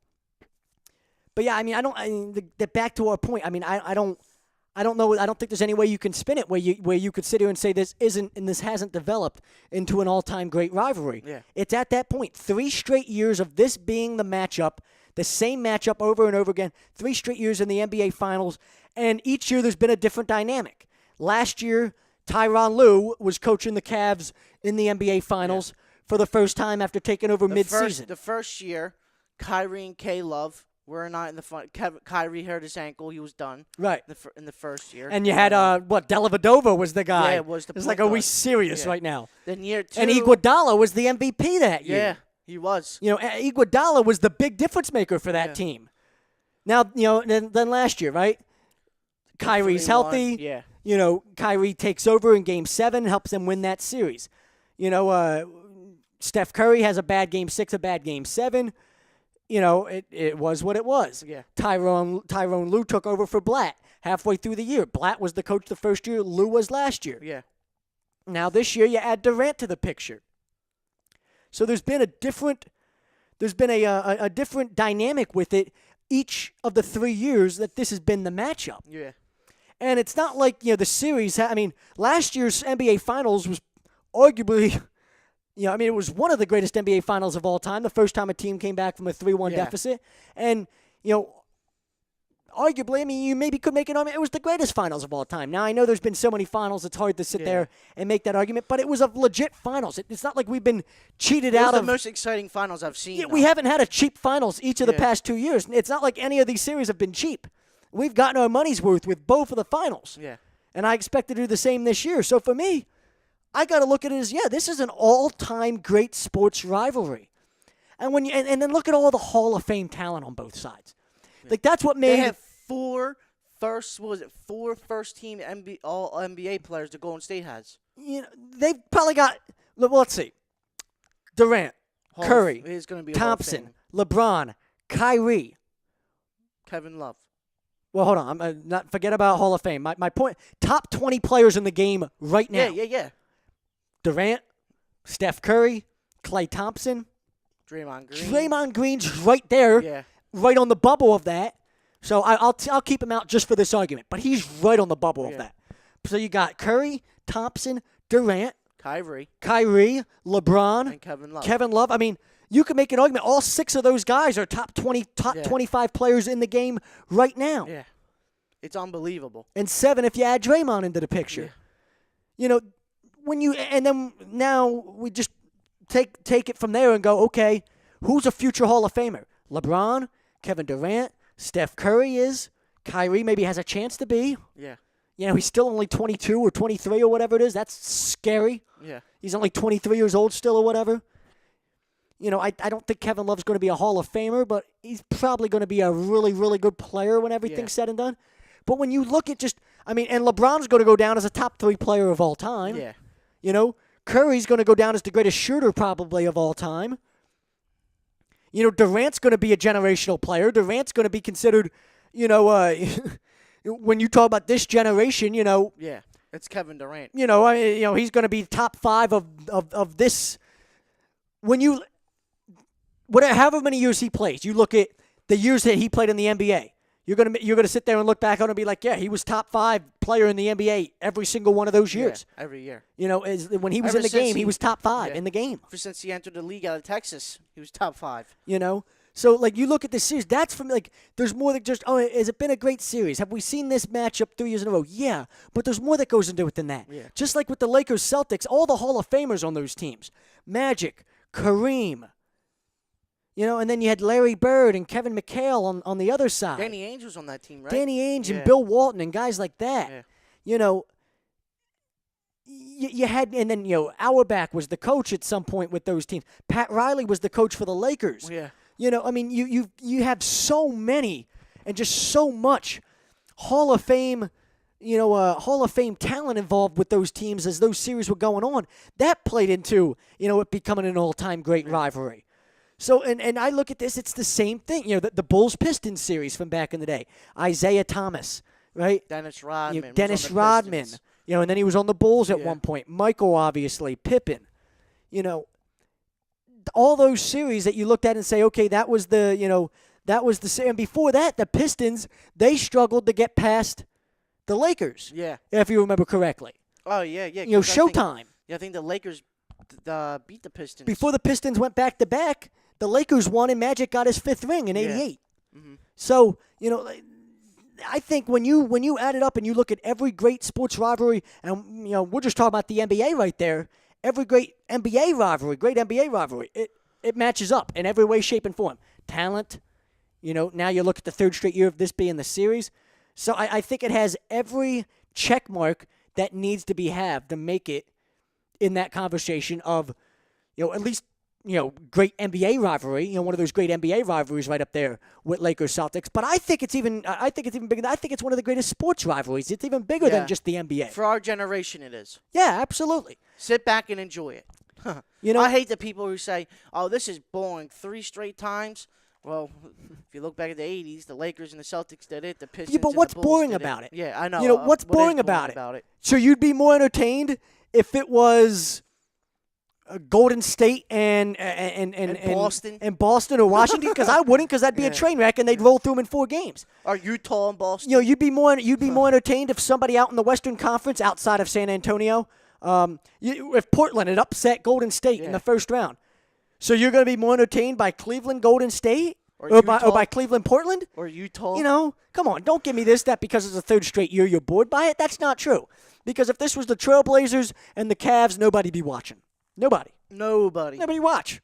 There'd be no reason to watch. Yeah.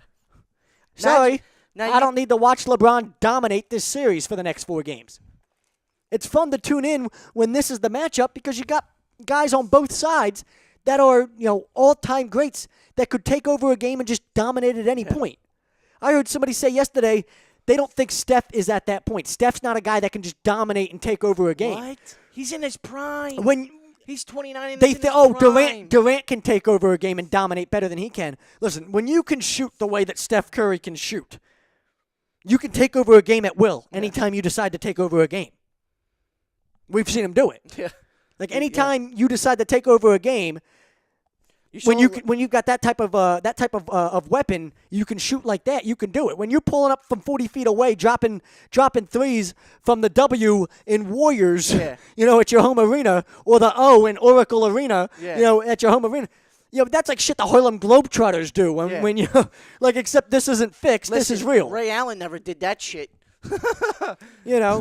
So I agree. I think we've got to start looking at this and talking about this and referring to it as an all-time great sports rivalry. I think it's one of the best. Well, in my generation, at least, it's the best. I have it going 7. I know you still think it's Golden State in 5. Yeah, either 5 or 6. Okay. I can buy the 6. Zach, I really can't see how Cleveland can slow this team No, down. I agree with that. Like, I don't. It's a complete mismatch in favor of Golden State, but it'll still find a way to go 7. Yeah. Because there'll be at least 2 games that are just really poorly officiated in favor of Cleveland to just even it up a little bit. Yeah. Like, that's my money, is watch. Like, Golden State will win Sunday for Game 2, and then Game 3 and 4 will just be one-sided officiating. Cleveland will steal one of those games. Cleveland will steal another game maybe, and it'll go at least 6. But I still think it finds a way to go to 7 just because. Yeah. Durant maybe has a bad game or so. Curry might have one bad game or something. Whatever. But there's the thing, like somebody in Golden State will have a bad game that allows Cleveland to win a couple games they probably shouldn't or whatever. I'm still sticking with 5. Okay. Golden State in 5. And I'll stick with 7. We'll bet a steak dinner or something on it. All right. Yeah, sure we will. Yeah, okay. Keep dreaming. All right, Stanley Cup Playoffs real quick before we go off the air. Penguins lead 2-0. Nashville wins tonight, but it's tomorrow. Oh, it is tomorrow, is it? Yeah, there's now 2 days between games now that we're to the finals. See, I hate that, man. Game 3 tomorrow night. I hate that. Play every other night. But like I said, I read something this morning that said the Predators are undecided on who will be the starting goalie for Game 3. I just really think that's got to be smoke and mirrors. Yeah. There's no way they're You start seriously Pekka contemplating. and you end with Pekka. I mean, first of all, it's not like their backup's any good. Yeah. Their backup was 10-8-1 in the regular season. Yeah. Like, there's no way you're starting him. It's not like your backup's Marc-Andre Fleury. I think You know, it's not like you're the Nashville- Penguins and have two really good goalies. It would be cool to see Nashville come back, but if Pekka Rinne can find his place again and actually save the puck and make, crucial saves like he's been doing throughout this playoff, I think they have a shot, but I don't know, man. I hate to say it, but I think the Penguins go back-to-back. I hate to say it. Just to be a realist, I think the Penguins go back-to-back. all these hockey purists, the thing I always hear them say is, well, it's not over until the home team loses at home. Yeah. One of these series isn't over until the home team loses. So Nashville's now going back home. That place, I mean, it's just rabid to play in that building. I know. They've got to protect their home. They've got to protect their home ice. Yeah. They've got to go back home and protect their home ice. If they protect home ice, they make it a series again. You can go back to Pittsburgh, tied at 2. And then hopefully Pekka Rinne can stand on his head for 2 more games. I mean, I don't. He's been letting in soft goals, though. Come on. There's been a couple soft goals, but there's also been some crazy shit that's Yeah. gone on. I mean, a couple of those hops. Yeah. I mean, really, I don't, Back-to-back games now. Yeah, Players been kicking it into the net. Could he have played? I mean, he was hugging the post pretty tight on that ball, that puck that Gensel snuck in. Yeah. You know what I mean? It's not like he was out of position. Mm-hmm. The rebound, the first goal in that game, I mean, he made a good save. It rebounded right to Gensel or whatever. He had an open net to shoot into. What are you going to do? Yeah. Then he made a good save. It deflected, went off his own off his own defender's skate, and they kicked it back through his legs. Yeah. Shit like that's enough to make anybody just shake their head and be like, are we serious? Like, you know what I mean? That's enough to make anybody have a little bit of a brain fart, and the next thing you know, you don't catch one you probably should have caught, and you let it in. You're like, the fuck? Yeah. I let that one in because I just had one kick between my legs. Yeah. And I'm Now over I'm here shaking my confident. head like, are we fucking serious? Like, this is just the way it's going to be. Just some bad luck involved with it, and now I let one in I shouldn't let in. Yeah. But Pekka Rinne doesn't have a history of doing this. Like, when it happened with Braden Holtby with the Caps, you just started sitting there like, here you go again. Yeah. Here comes the collapse. Here comes Braden. Because Holtby, yes, was he one of the best goalies in the regular season this year? Yes. But he's worked really hard over the past 5 years to become the elite level goalie that he is. This wasn't always Braden Holtby. Yeah. Braden Holtby, was a guy that, I mean, I remember us talking about it during last year's playoffs with the Caps. We talked about Holtby as maybe, Holtby could be something that holds them back. If Holtby isn't careful, the one thing the Caps have to worry about is goaltending could hold him back. Yeah. Right? And then this year, Holtby had a really good year, but come postseason time, he held him back. Yeah, 100%. I don't look at Rinne that way because we know what Pekka Rinne is. Pekka Rinne is one of the best goalies in hockey. I don't think it's realistic to think, like, why if you're Peter Laviolette, would you say here and say, you know what? I just can't trust Pekka to get back to, his normal form and what he usually is. I got to go with my backup. What evidence is there to sit here and say that one of the best goalies in hockey, he's probably top 3 goalie in hockey. Yeah. I'll take him over Brendan Holtby, though. I'll take him over any goalie in hockey. Yeah. I really will. Like, that's Yeah, how me much I too. think of Pekka Rinne. I'll take him over any goalie in hockey because I think he's that consistent. He's that stable. But like, what is there for Peter Laviolette to look at to make him think that Pekka Rinne is just his confidence is shot, and now we can't rely on it. Listen, he's given up too many soft goals. If we put him back in there for Game 3, it's going to be the same story. What about that makes you feel like that's the case? I would think it's just more of, listen, he had a couple bad games. He's going to bounce back. He'll get back to who he really is, and we'll be fine. Yeah. Maybe he comes back out and, he becomes the MVP of this series because his next 5 games are lights out. He has 3 shutouts in 5 games. We don't know. Yeah. We know he's capable of doing that. Oh, 100%. So if you're Peter Laviolette and you decide to start your backup for Game 3, I'm throwing in the towel. Yeah. It's one of the worst coaching decisions I've seen in a long time. And, I mean, you want any chance to win this series, Pekka has to be in net. Mm-hmm. That's the way I look at it if you're Nashville. But I think Laviolette's too smart of a coach for any of that. I mean, there's a reason he's taken 3 different teams to a Stanley Cup Finals. Yeah, if they don't start Pekka, you're just basically throwing in the right, towel. and he's too smart for that. Yeah. Guys that are as good of coaches as him are they're smarter than that. He won a Stanley Cup with the Hurricanes, took the Flyers to 1. Yeah. Now here he is taking his third team to the Stanley Cup. Too smart for that. You know Pekka's going to be the guy. I think it's just a little bit of smoke and mirrors. Well, yeah. And if you're Nashville, why not? Why not? Well, we don't know who the starter is going to be yet. Why would Throw you a little curveball? Why would you let Pittsburgh prepare for who they think the starter really is? Okay, let it be smoke and mirrors. But anybody with their right mind and anybody with a brain in their skull knows. It's Pekka. Right, it's Pekka Rinne. It's got to be. Unless, you just are throwing in the towel on the series. Yeah. So Penguins are up 2-0. Going back to Nashville, Game 3 tomorrow night. What are the chances? If you had to put a number on it, what are the chances percentage-wise that Nashville can come back and win this series? Man, 45%. So, wow, so that seems like actually a pretty good number then if you're giving it 45%. I think they have to. If they want to get back into this series, they have to win at least one at home. They have to win at least one at home. Oh, you got to protect home ice. You have to win. I think you got to win these next two at home. Really? Well, because you'll be down 3-1. Right, But, you're going to be down 3-1 going back to Pittsburgh. Yeah. And then even if you get lucky and win Game 5 in Pittsburgh and it comes back to Nashville, and then you win Game 6 in Nashville to tie it at 3, you still got to go back to Pittsburgh and then win another one. Yeah. So I look at it as these two next games for Nashville are must win. If you're Nashville, you got to look at it. These are must win. If you could protect home ice and win both of these home games, send it back to Pittsburgh tied 2-2. You're back to stage 1 where the series was tied. And then even if Pittsburgh wins Game 5 in Pittsburgh to go back up 3-2, you have another shot at home. You're coming back home for Game 6. You're tied at 3, and now it's anybody's game in Game 7. I just find it really hard for Nashville. If it was 3-1 heading back to Pittsburgh for Game 5, it'd just be really hard for them to win both Game 5 and Game 7 in Pittsburgh. Mm-hmm. Maybe, you can win Game 7 in Pittsburgh on the road because Game 7, anything goes. Yeah.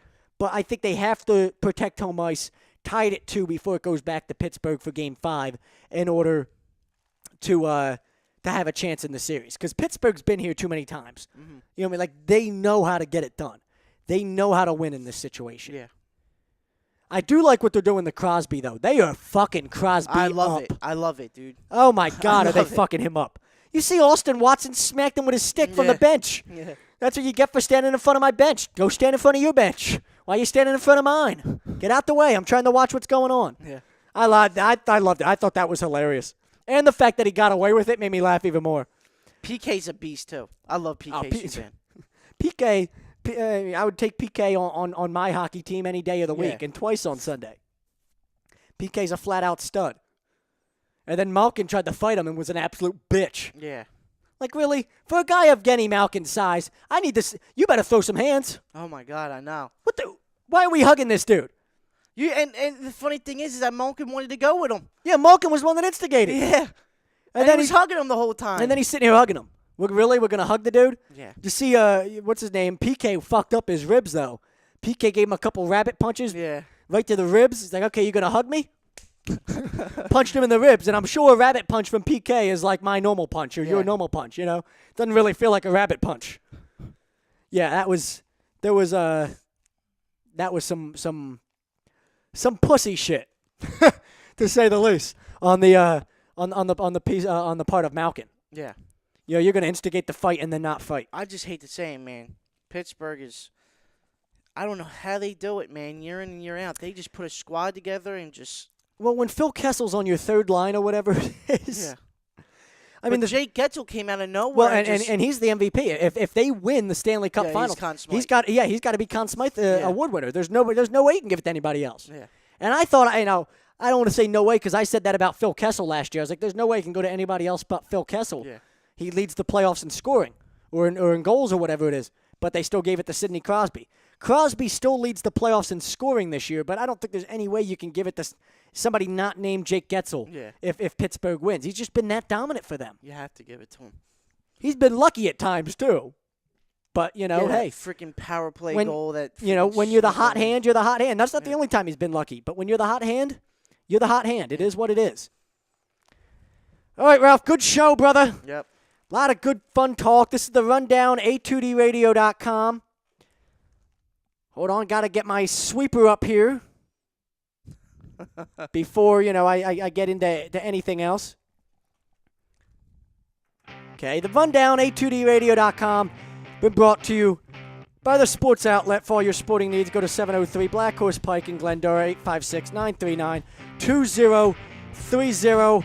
Also, Soap Stash. Treat your skin with the best nutrients. Feel clean with the only soap you'll need. Contact Soap Stash today for your sample package and give your woman what she deserves. Or if you're a man and like to smell nice, hey, if you're a woman out there, get your man some soap. Make him smell nice. 844-890-3197. For everybody here on the Rundown and A2DRadio.com, we thank you for tuning in. Take care.